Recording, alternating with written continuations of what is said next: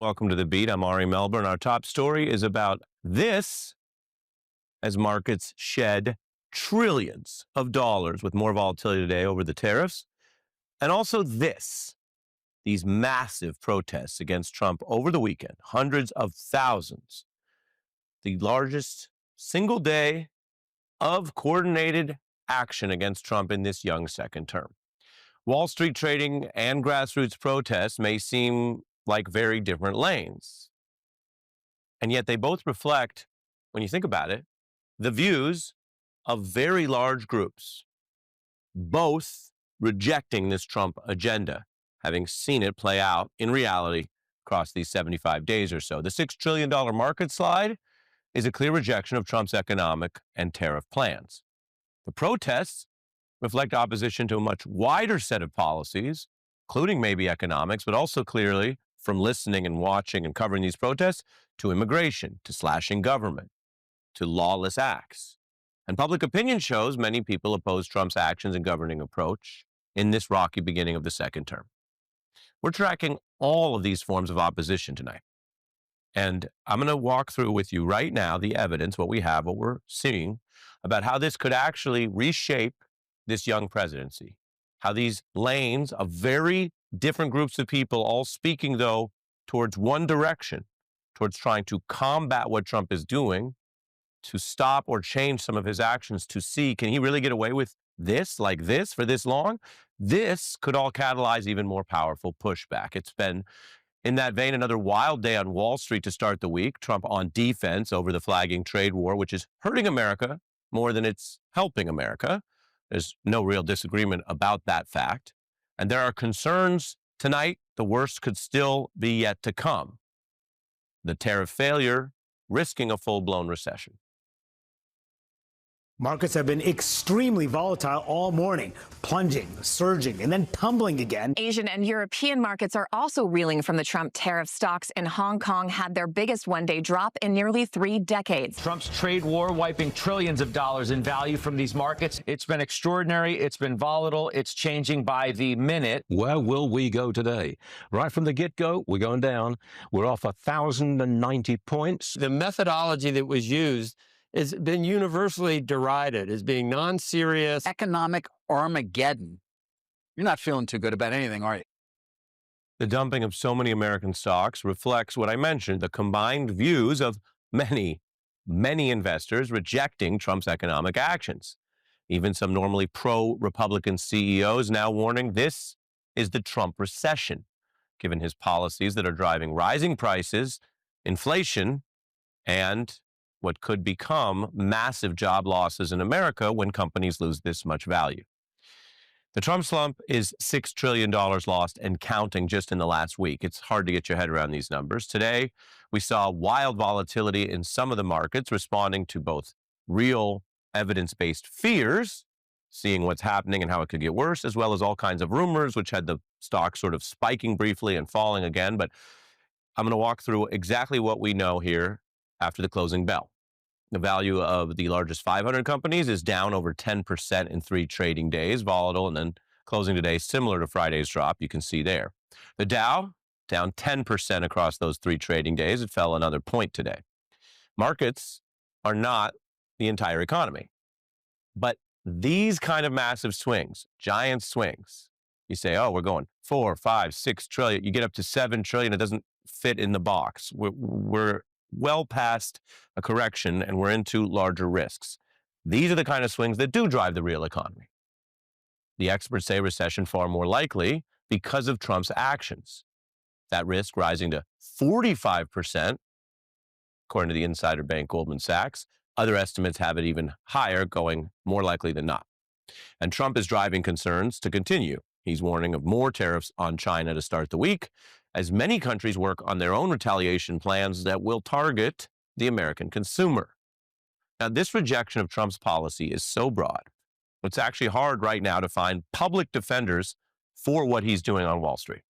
I mean, he has employees, of course. He has paid spokespersons. They have to defend Trump or get fired. But if you broaden out to even his most loyal sort of partisan business allies, some of whom obviously float above the rules of a normal employee, even they're pushing back. Elon Musk losing many billions right now, and he's publicly opposing Trump's tariffs, saying Europe and the U.S. should actually move in the opposite direction, ideally to, quote, a zero tariff situation, a free trade zone between Europe and North America. He adds, that has certainly been my advice to the president. Or take a very vocal MAGA Wall Street titan, Bill Ackman. You may recognize him a bit or know his name. When you look at those Wall Street hedge fund and big sort of masters of the universe, to use the old novelistic phrase, he's been really atop them in the recent era, last year or two, as the MAGA guy. And he recently specifically endorsed Trump's economic plans after the election. We're stepping into, I would say, the most pro-growth, pro-American administration I've perhaps seen in my my adult lifetime, certainly. I would say everyone is incredibly enthusiastic, really about a new administration that's about efficiency, removing the impediments to growth, deregulation. President Trump will do nothing that interferes with the success of the country, the success of the economy. Quite the embrace. Now Ackman says Trump is making the ultimate blunder for the success of the country and the economy, self-inducing what he calls the economic equivalent of a nuke, blaming Trump for a, quote, self-induced economic nuclear winter. Trump policies destroying confidence in our country as a trading partner, as a place to do business. Now, that billionaire's analogy might sound a bit extreme, equating these costs with the death toll of nuclear war, but his point is that Trump's policy here is so obviously bad on the evidence, on what we know about economics and the foreseeable results of the $6 trillion we just lost, that it's so extreme and dangerous it could hurt hundreds of millions of people for years, not a month or two, for years. Now, economists agree on that point if Trump is stubborn and ignores the reality and costs and presses on with this. Some of it, even if he presses on and then tries to dial it back, will not be easily reversed. Again, Ackman saying this will, the nuclear winter, as he calls it, take potentially years or decades to rehabilitate, potentially decades to rehabilitate. That's a lot of economic pain. Most of it hits working people the hardest. They have the leanest savings or no savings or live on debt, so they can't just afford a recession and live on like normal. And I want to show you tonight, right now, I mentioned we're going to go through the multiple lanes, and I'm going to get to those national protests, which are significant and are a different metric for what we're seeing across all the measurable ways Americans are perceiving this. But before I go any further, I just want to point out this nuclear winter concern is a long ways from Mr. Ackman's Trump guarantee that I showed you that was just 116 days ago. President Trump will do nothing that interferes with the success of the country, the success of the economy. It's a long ways from saying Trump will do nothing that interferes with the success of the American economy to what Mr. Ackman now updates as, his words, the risk of a nuclear winter. Now, that's just from Trump's boosters, and many thought they'd be getting richer, or at least do no harm, a, quote, pro-business administration. But like so many other people who listen to Trump's words without really understanding what's happening, even the very smart and the very rich, they now have buyer's remorse. So we have this broad, stark rejection of Trumpism from his own allies, from the Wall Street bankers, and from the CEOs who are actually living through the first waves of this, which may not be the last. Then, as I mentioned to you, there are the millions of Americans who didn't choose this to begin with, who didn't believe everything Trump said or think that someone who promises you a better economy, along with the other things we know about him, was going to give you a better economy. There are people living with the consequences regardless of how they voted, and many people don't vote but are living through this. And while the market reaction is confined to economics, Wall Street has a one-track mind, and under law, business leaders have a legal duty, by the way, to put money above everything else in how they invest or run a company. So investors and hedge funds they're dropping out of American stocks because of what Trump is doing, undercutting the value of those stocks. Then the broader Trump rejection is by these other huge, massive groups of people. This weekend's protests saw what that looks like. People, even amongst all this tumult and all the other issues going on in their own lives and obligations and jobs, taking time for massive gatherings like you see here in Boston, Huge crowds in New York, showing an energy that could be tapped for any number of political movements. Doesn't need to be partisan, doesn't need to be democratic, by the way. It might just be a people's movement against some of these excesses that apparently now the protesters and the bankers agree on. This rebuts some of the Washington talk we've heard about a resistance that is over or tired. And while some could dismiss even these large crowds as confined to liberal or East Coast areas, the protests, we can report, hit every state. Here are some of the enormous crowds we saw in Colorado and in cities all over the country: Minneapolis, Oklahoma, Davenport, South Dakota, with many pretty informed people this weekend speaking out.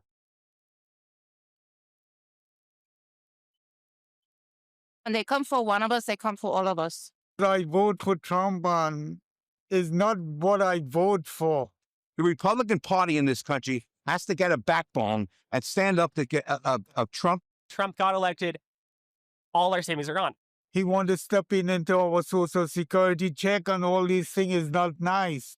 We're in a world of hurt right now as a country. Everybody's got to stand up. We'll do whatever we need to do to make sure that we can keep our democracy. That's what's happening out there. And this kind of gathering at this level across this country, even apart from what people are feeling and hurting in the Trump-induced market slide, it's not an automatic thing. We don't always see protests across this many states in a president's first 100 days, especially without a big development or catalyst like a war. And let's be clear, I've reported on this. Donald Trump increased his vote share in November. If he had done that and then led an administration focused on lowering prices like his campaign vowed, or working with Congress to pass bills, if he did not squander that honeymoon and demand the unlawful firings of so many, the deportations in the courts, the very direct, I'm not joking, planning and laundering of a autocratic effort to end democracy and cling to power past 2029 against the Constitution, if he didn't spend the recent days doing all of that, he might have been building on the measurable momentum which was registered in November and was built again on many things. But we said at the time, there was a lot of evidence that it was an inflation and economy election for many people. Instead, Trump has alienated his most powerful allies. He's fast-tracked and built his own opposition. So many Americans were Googling about these protests. You see the spike that basically you had this huge interest in the organizers for it and how to get involved in a protest. And so for every person I just showed you in those crowds, this chart suggests many more searching about it, maybe just to learn. Doesn't mean they endorse the protests, but many of them might have searched it to see about getting involved in the future, to go to the next protest. Now, during the campaign season, we know Trump's PR outreach in forms of new media did stoke support from the podcasters and the streamers. That was a political boost. But now some of those same voices are telling their large audiences they are against these costly tariffs, and they're sharing in the sort of the new school style, which is very blunt. You know, some people talk about their salaries, some people don't. Dave Portnoy, who had supported Trump in a way, says this has already cost him $7 million. Other right-wing influencers turning. So while we are seeing those people speak out, then you also have the new Trump protests I'm telling you about. And with new media, you have some of that reaching new people, going viral as people create their own storyline. Alabama, Alaska, Arizona, Arkansas. One dude had a t-shirt. He said, I'm a recovering MAGA supporter. New Hampshire, New Jersey, New Mexico, New York. Donald Trump was right. He does draw the biggest crowds. West Virginia, Wisconsin, Wyoming. The crowds are big and they're angry. The markets are down and they're angry. A lot of honest public servants were fired, some according to courts illegally, and they're angry. And we are just in the beginning of what Donald Trump promises will be this big trade war. Then you have the aforementioned Elon Musk in the starring role that he has courted. Most Americans disapprove of him. They have an unfavorable view overwhelmingly of what he's up to, as well as the plans for cutting government more. Worried he'll go too far if he hasn't already. So from the protest to the markets, we have a collective rejection of Trump policies. And so tonight, as we go through this together, we actually have two very special guests from each field I mentioned. Leah Greenberg co-founded Indivisible and was one of the organizations pushing these weekend's protests as we look at new ways people are seizing power and fighting back at the citizen level. Put the Beltway aside. So I'm very thrilled to have her as a special guest tonight. And coming up directly next, we have one of the most prominent financial journalists in the country who reported from inside the last big market crash with his now landmark book and film, Too Big to Fail. The author, the New York Times columnist, and CNBC anchor, Andrew Ross Sorkin, back with me in 90 seconds.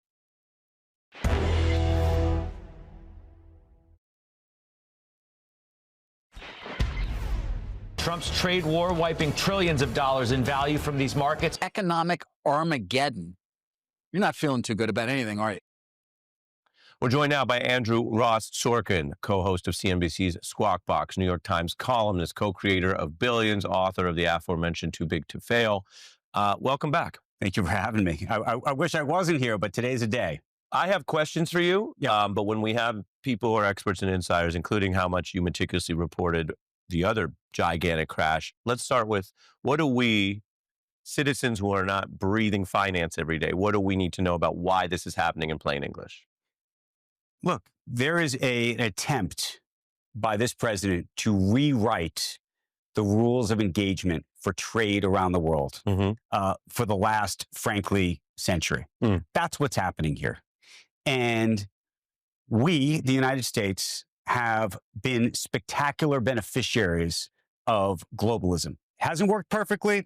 There have been lots of parts of our own economy that have been hollowed out. So I don't want to suggest that it hasn't, that it doesn't work. But this plan effectively to tariff everybody, and it's not a selective tariff. That's an important part. It's not that they're saying, China, we got problems over here, or, India, we got problems over here. It's everybody.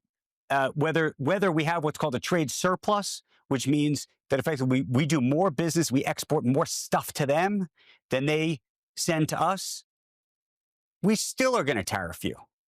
And that's a complete rewrite of the rules of engagement. And it's going to shift not just how much companies are worth and what's happening in the stock market, and we'll talk about all of that. It's going to change the relationship. And this is what I hear from business leaders, from leaders in other countries, not just companies in other countries. It's going to change the relationship that the U.S. has. So if you are Starbucks or you're McDonald's. Well, I'll be Starbucks. I'm more of a coffee person. This was an American icon. And if you lived in China, you would go to a Starbucks. You'd love to frequent a Starbucks because it carried the halo of the American dream, this idea of American capitalism. Not only that, if you were a young person who had an opportunity to take a job at a place like Starbucks, you would run, you wouldn't walk. That would be a great job. You'd love to tell your parents, I just got a job at Starbucks. I got a job at McDonald's. I got a job at Nike. All of that. And literally, the quicksand is real because I'm hearing from leaders all over the country that have multinational businesses across the world that are saying, this is like a problem.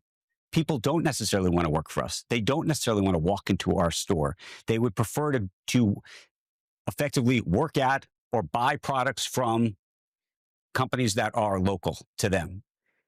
That is called both protectionism, but is also a restructuring of just the entire system and in terms of what we have been able to benefit from. Just to give one little history lesson about what's happening here with tariffs. You go back to 1930.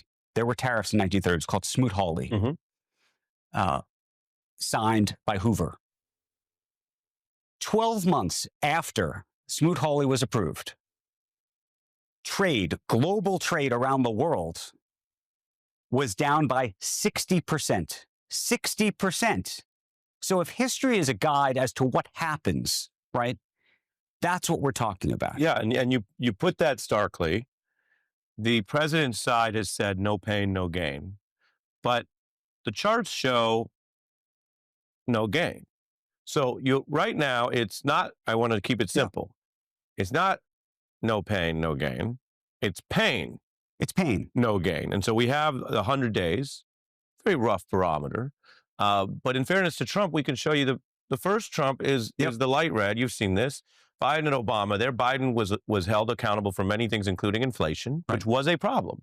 But by this measure, with the rising recession risk, no gain, loss, is it going to get worse? I think it's hard for it to believe it's not going to get worse. And let me give you a sort of very basic explanation. And let's use iPhones as an example. So iPhones made by Apple, historically made in China. In fact, over the last couple of years, they've moved a lot of the manufacturing out of China, put in places like Vietnam and India, in part because there was a view that China may be a national security threat. We learned about supply chains and things after COVID, blah, blah, blah. Okay. Now, doesn't matter where the phone's being made. As long as it's not being made in the United States, it's going to be tariffed, something like 50%. One of two things is going to happen. Either the cost the next time you buy your iPhone, it's going to cost 50% more, or Apple is going to eat the cost of that and their profits will be lower. Well, if their profits are lower, then what happens? Interesting problem. All of a sudden, they may not spend the same amount of money on research and development. What does that mean? They're not going to hire as many people. They're a huge advertiser, so they're not going to advertise on places like this, on Meta, on Instagram, all those places. So you're seeing those stocks are going down. Right.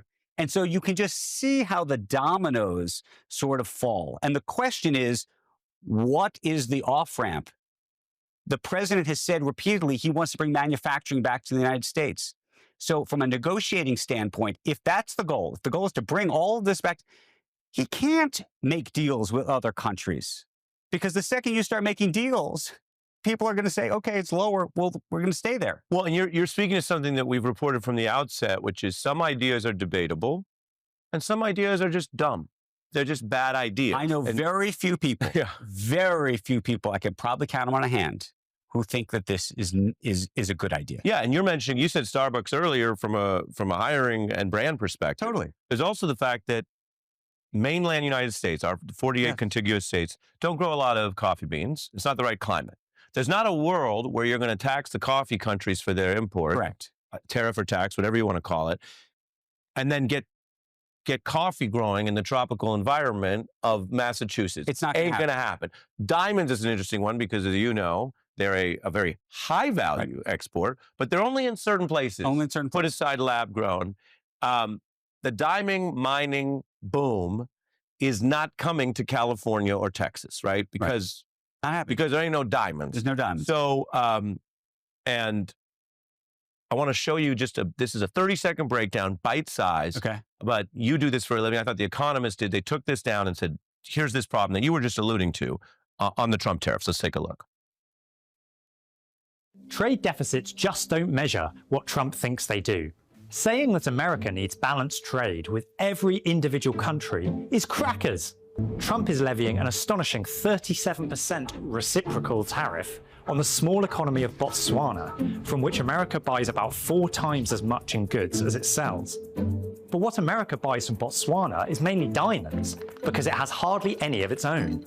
So does it really make sense to say that America must sell as much to Botswana as it buys? It's like saying that when you go to the jeweler to buy an engagement ring, they must buy something from you too. Fair? It's perfectly clear, and it's a perfect problem. And the question is, at this point, what happens next, right? Because what's really happening now is a grand negotiation, or not, but it's a game of chicken. It's a game of chicken. So the president is out here saying, okay, we're going to put these tariffs on. And both the CEOs of the world are saying, well, should I bring back my manufacturers to the United States? Maybe, maybe not. If I don't think you, dear president, are going to be the president in 2 years, or, well, maybe now in 4 years, but maybe not, depending on what you think is really happening, maybe I won't bring manufacturing back to the U.S. I'm not going to do that. And by the way, if the market's going down, maybe that's going to put pressure on senators and Congress to tell the president he can't do this. Maybe judges, maybe this goes to court and someone says they don't have the authority to do this. So the CEOs are sitting on the sidelines doing nothing. That's an issue. By the way, uncertainty of not doing anything is its own thing. And then you have the leaders of all these countries around the world that have the same thought.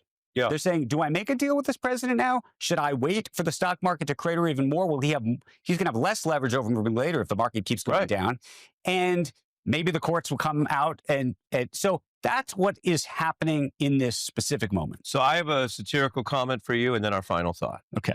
The satire is, I see that the MAGA hedge fund baron, Bill Ackman, right, is just shocked that Trump would do something negative for the U.S. economy. He's shocked. Mm-hmm.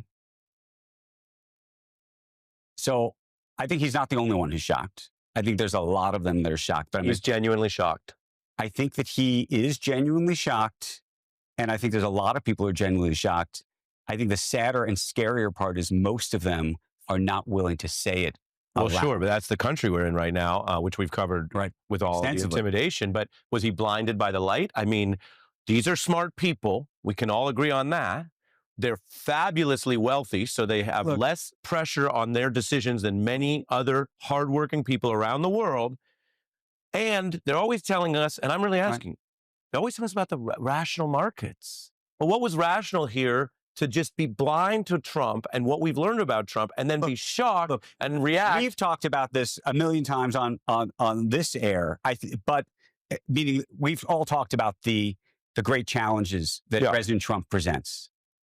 I think that there was a group of people who became blinded by the ideas of taxes, about wokeism and all sorts of other things.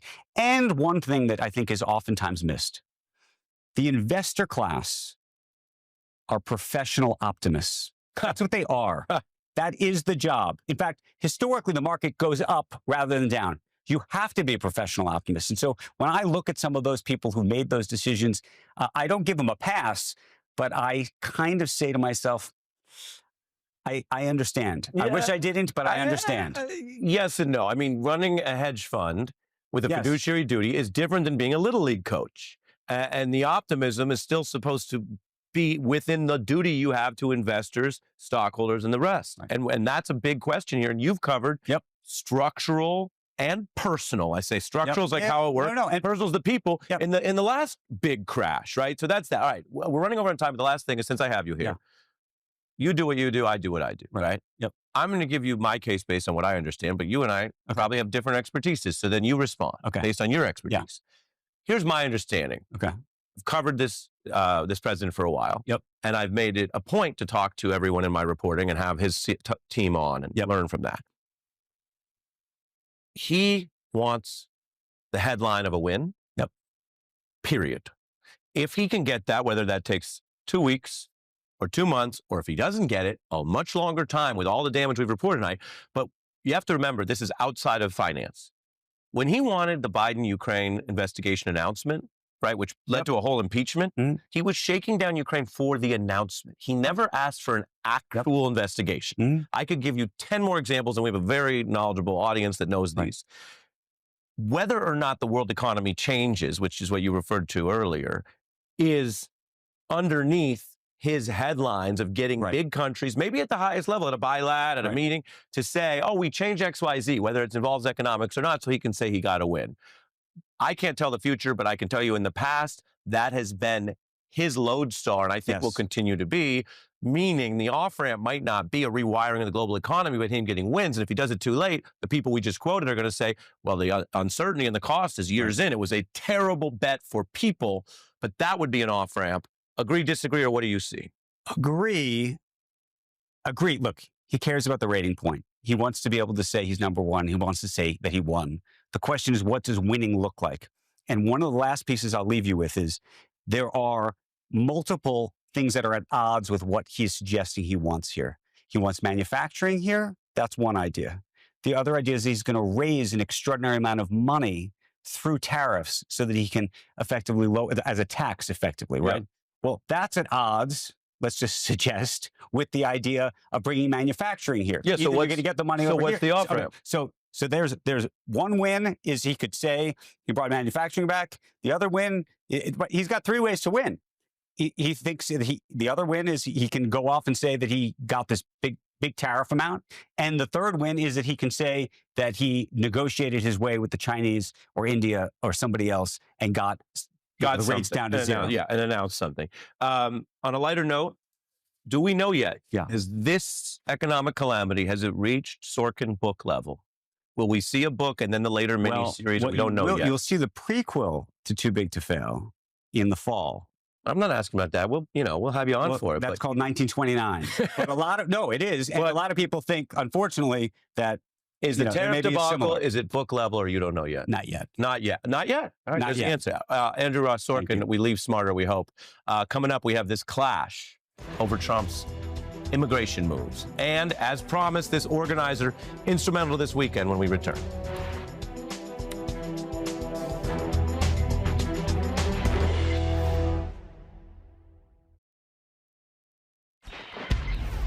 The markets have once again opened with major losses. If the market does crater, does the president not recognize that? Tens of thousands of Americans stepped up yesterday to protest Donald Trump's aggressive agenda. Rejecting Trump, rejecting Elon Musk. This administration dismantling democracy. We're joined by one of the organizers of this weekend's protests, Leah Greenberg, co-executive director of Indivisible. What did you set out to do this weekend? What should people take from it?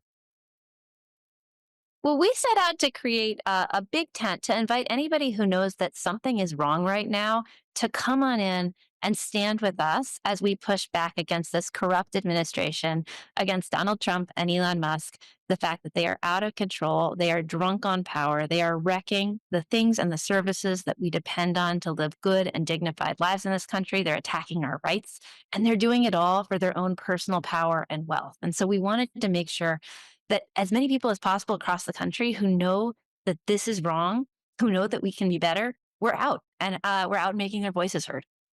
What can you tell us based on what you saw and what you know as an organizer about the level of interest? We saw the searches, which suggest even more people interested who might not have even turned out in those large crowds. Well, I can tell you, when we set out to do this a few weeks ago, we said success would be a surprising number of people in a surprising number of places. And I can tell you, I was surprised. We had literally 5 to 7 times as many people show up as RSVP'd in most of the places where we heard marches. What we were hearing throughout the day was the biggest problem that organizers of these marches were having around the country was that too many people were showing up, too many more people than they had planned on. We've heard a narrative from the Beltway that there's less opposition or energy than in the first year of the first Trump term. What's your experience and evidence thus far? I think that's a popular narrative among people who don't get out and talk to regular people around the country. What I can tell you is that I have been traveling. I have been talking to our own Indivisible groups all over the country. We have seen Indivisible groups literally, the number around the country literally double in size since the election.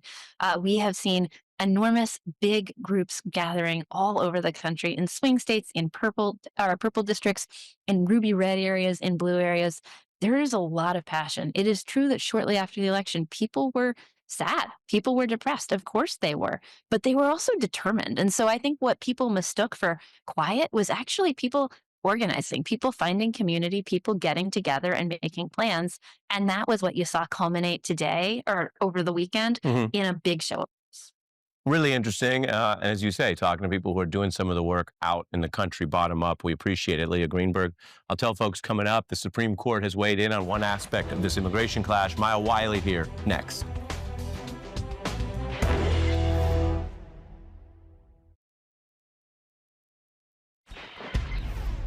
Legal news today on this clash over Trump's deportation orders. The Supreme Court has basically paused that case about a wrongfully deported father. They're blocking the lower court order, which was going to require the Trump administration to return the individual tonight back to the U.S.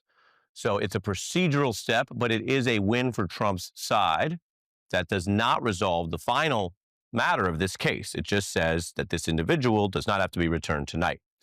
His name, Abrego Garcia, is a Salvadorian migrant. He was a father. He was living in the United States, but was then put on the plane to El Salvador. The administration admitted they made a, quote, administrative error, and now they say they have no jurisdiction to bring him back. Garcia's team says he sits in foreign prisons solely at the behest of the U.S. under Trump, a product of a Kafkaesque mistake. A literary reference to the idea of having a court outcome with no possible way to find justice. Maya Wiley is here, and we're going to get into this next.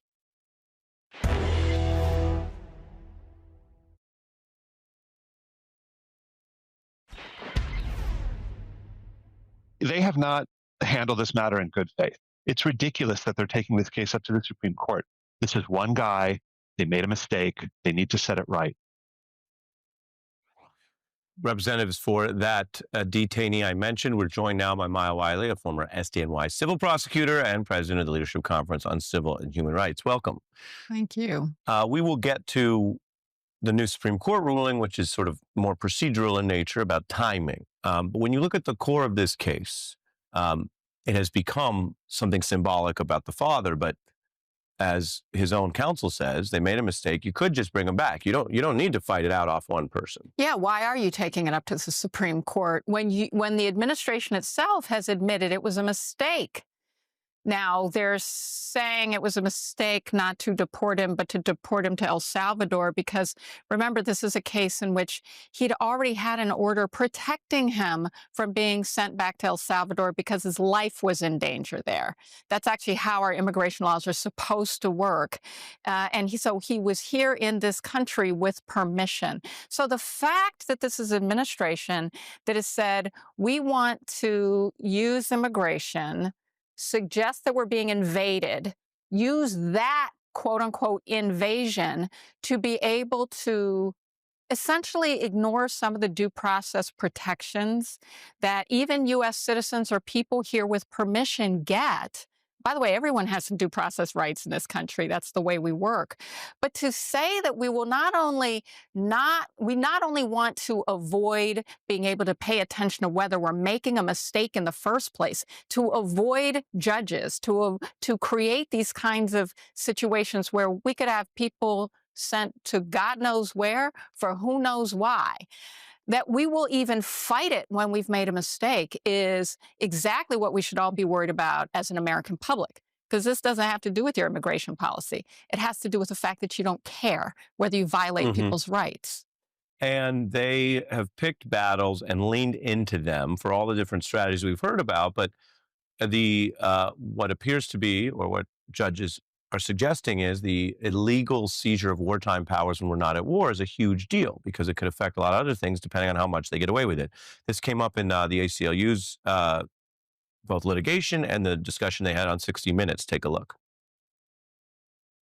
Once we start using wartime authority with no oversight, anything is possible. Anybody can be picked up. You're saying that there are Venezuelans who very well may have no gang ties that are right now in one of the hardest of hardcore prisons in the world that may never get out. They may never see the light of day again.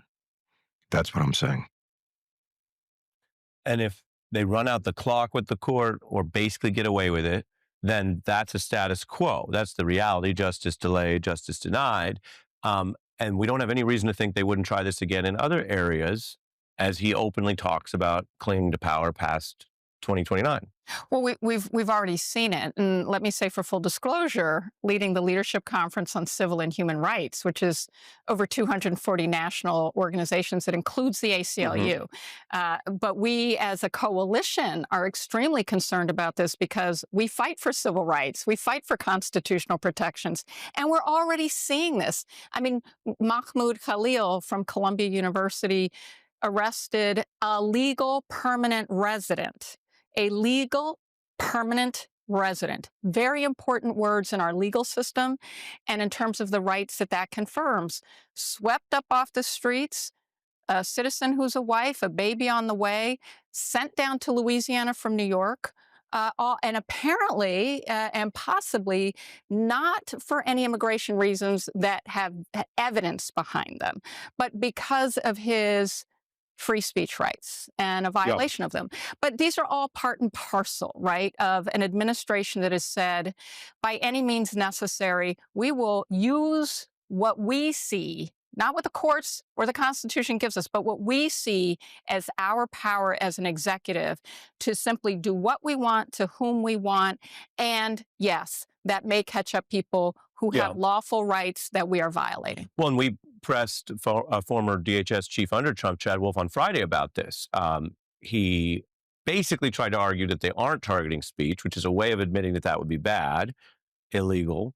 And there's a lot of evidence that they are. So we had that back and forth. He basically said, well, that's not what it should be.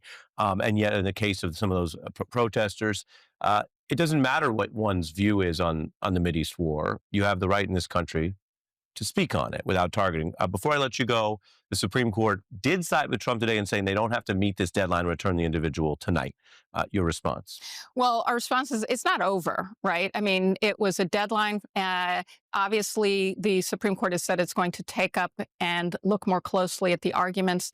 My concern is whether or not a majority of this court will decide that the executive power of the president is so strong that it will not look at the underlying facts of this case. That said, that is not what it has done here. It is not a ruling on the substance. It is saying we want more time. And remember that the judge didn't give a lot of time. Do you think the judge's timeline was sort of too aggressive, or this would have probably been paused regardless, even if it was a month from now? I think it was an appropriate, urgent response from the judge, given the dire circumstances of a man who is in a prison known to have human rights violations. Very dangerous place. The urgency is warranted. I think my point is for the court to say we need more time. We're not going to allow this deadline to stand right now is one that we have to wait and watch around whether they have the same urgency for whether we care about people's rights. Right. And you're reminding everyone the justice is supposed to be blind. Lady Justice has her proverbial blindfold on. And so if you swapped in a different person, your family member, or they said, oh, we made a mistake. We picked up a member of the American opposition, what urgency would you want, right? And then Lady Justice is supposed to have that at a human rights level. It's got to be faster rather than slow. I'm out of time in this block, Maya. Thank you for joining us.